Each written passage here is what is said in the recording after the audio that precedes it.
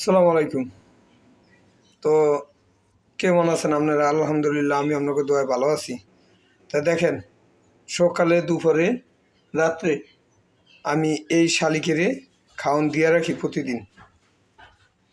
এই শালিকেরে আমি প্রতিদিন খাবার দিয়া রাখি।